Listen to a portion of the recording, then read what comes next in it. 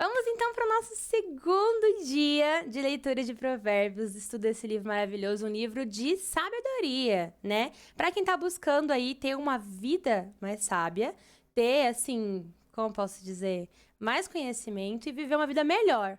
Porque, assim, vamos ser sinceros, quando a gente vive uma vida mais sábia, mais inteligente, porque a gente tem as informações, quer dizer que a gente também tá vivendo uma vida melhor, né? É igual jogar um jogo sem saber as regras, né? Você não consegue jogar, você não consegue ganhar. Mas quando você consegue saber as regras, saber as táticas, aí sim, você consegue jogar bem, ganhar, e é assim na vida também. E esse daqui, gente, é o nosso, ó, manual de vida, né? A palavra de Deus é o nosso manual de vida e Provérbios especificamente, vamos dizer, é os hacks de sabedoria. Então vamos hoje no nosso capítulo 2 de Provérbios. Capítulo então 2, versículo 1. Filho meu, se aceitares as minhas palavras e esconderes contigo os meus mandamentos, para fazeres o teu ouvido atento à sabedoria e inclinares o seu coração ao entendimento, se clamares por conhecimento e por inteligência alcançares a tua voz, se como a prata buscares e como tesouros escondidos a procurares, então entenderás o temor do Senhor e acharás o conhecimento de Deus, porque o Senhor dá a sabedoria. Da sua boca é que vem o conhecimento e o entendimento. Ele reserva a verdadeira sabedoria para os retos, escudo é para os que caminham na sinceridade. Pausa aqui, tá bom? Nossa, como tá escuro aqui, né, gente? Alexa, acende a luz. Tudo bem. Não ajudou muito. Pausa aqui, então, pra gente ver essa primeira parte ali do versículo 1 até o versículo 7, mais ou menos. Tá literalmente falando que, para você encontrar sabedoria, basta que você a busque, né? Porque, gente, vamos ser sincera, muitas vezes a gente quer as coisas, a gente quer respostas, a gente quer algo de Deus, mas a gente não busca. A gente só fica falando, eu quero, queria tanto, né? Tanto querer, percebe que você não consegue alcançar, porque na verdade você não tá buscando.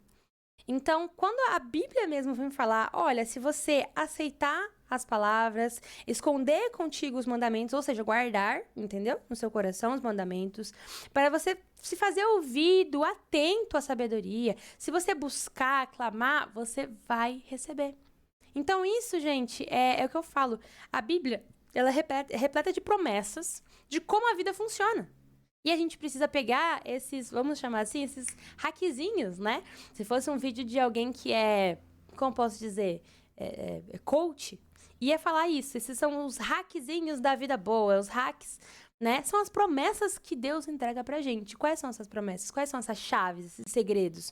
Um deles é, quando você busca pela sabedoria, você a encontra, né? Então você vai falar assim, Gabi, eu tenho um negócio. Vamos dar um exemplo aqui. Eu tenho um negócio, tenho um trabalho, sou empreendedora. E aí, eu não consigo fazer o meu empreendimento dar certo. Não tá dando certo, não tá fluindo, não tá me dando dinheiro, tem algo que eu estou fazendo de errado. Mas eu não sei o que, né?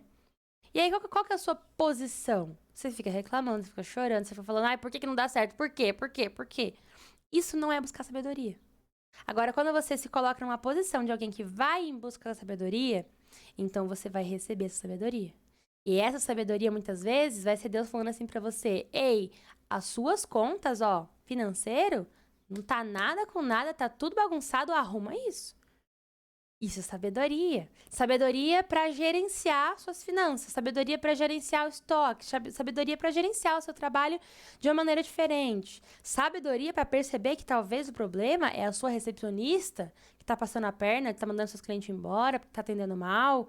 Então você tem que mandá-la embora ou treiná-la melhor, contratar outra pessoa, não sei, entende?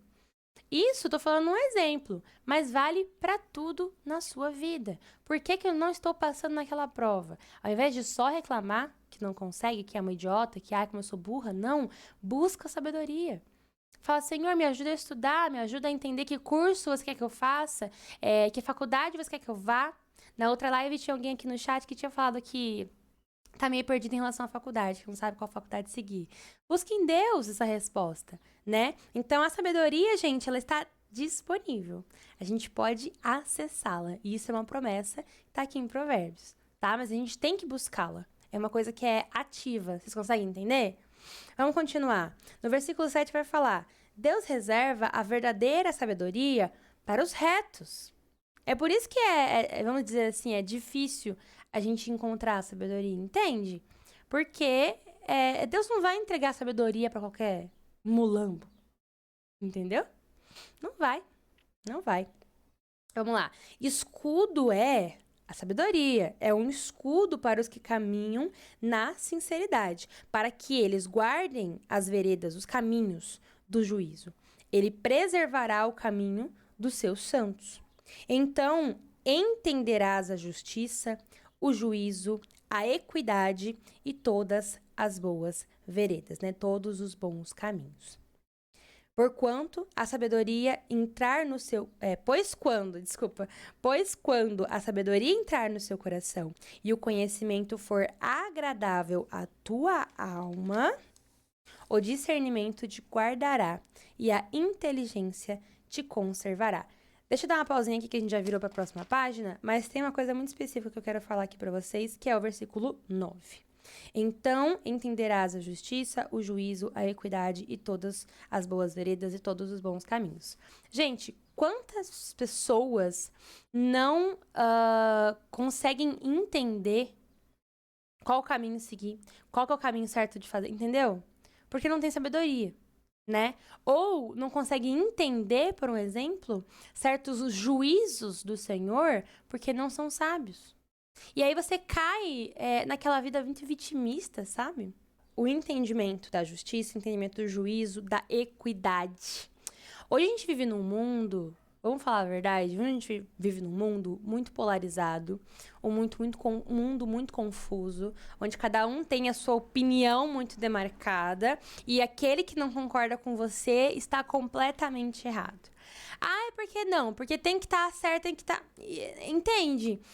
E quando a gente leva para a Bíblia, isso não é equidade, isso não é justiça, isso não é esse equilíbrio, que não é um equilíbrio terreno, é um equilíbrio de Deus, entende? Por quê? Porque o mundo não consegue compreender a sabedoria que vem do céu, que é uma sabedoria, uma realidade, um mundo totalmente diferente. E aí o que acontece, né? Muitas das vezes as pessoas são burras por causa disso. E entenda-se burras com a falta de entendimento da vida real. Entende? A pessoa não é sábia, a pessoa não é inteligente e ela é vitimista. Tem isso também. E ela não entende a justiça. Então ela é sempre a vítima, porque ela não tem sabedoria, né? Então, se você tem esse sentido que você, de alguma forma, é vítima da vida, é vítima do mundo, tudo deu errado pra você, a tua vida é uma merda e a vida de todo mundo brilha, começa a buscar um pouco mais de sabedoria, principalmente em Deus. Começa a orar pro Senhor te mostrar a realidade, sabe? Tem um estudo, acho que do Olavo de Carvalho, se eu não me engano, que fala sobre as 12 camadas da personalidade, se eu não me engano é esse o nome. Eu não estudei muito fundo sobre isso, eu só tinha ouvido falar isso há muito tempo atrás. Mas, basicamente, fala sobre camadas que você vai se desenvolvendo na sua personalidade conforme você vai crescendo, né? Então, quando você é um bebê, você está na primeira camada e você começa a aprender coisas básicas, tipo você é um indivíduo e coisas assim. A segunda camada é a camada da individuação, se eu não me engano. Então, quando o bebê começa a se tornar uma criança, começa a querer as coisas que ele quer, começa a não ser grudado na mãe. Então, tipo, não, eu sou um bebê, eu sou uma criança, a minha mãe é minha mãe, certo? E aí tem a terceira camada que eu não me lembro, agora a quarta camada é a camada da adolescência. Então é a camada da individuação, a camada de quando você está se entendendo como um indivíduo, que você gosta de coisas que não são o que o seu pai gosta. E essas coisas assim, sabe? Sabe qual é o problema?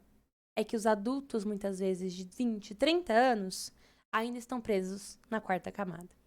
E qual que é o problema, Gabriela, de estar preso na quarta camada? Vou explicar. A quarta camada é uma camada vitimista, é uma camada, ai, do coitadinho, entende? Porque é um adolescente. E um adolescente é aquele que, ai, o mundo me odeia, ai, céus, ai, vida, não é? E quantas vezes a gente tá vendo adulto agindo dessa forma? Não entendendo que, nossa, o mundo não gira ao teu redor. O mundo não gira em volta das suas dorzinhas, entendeu?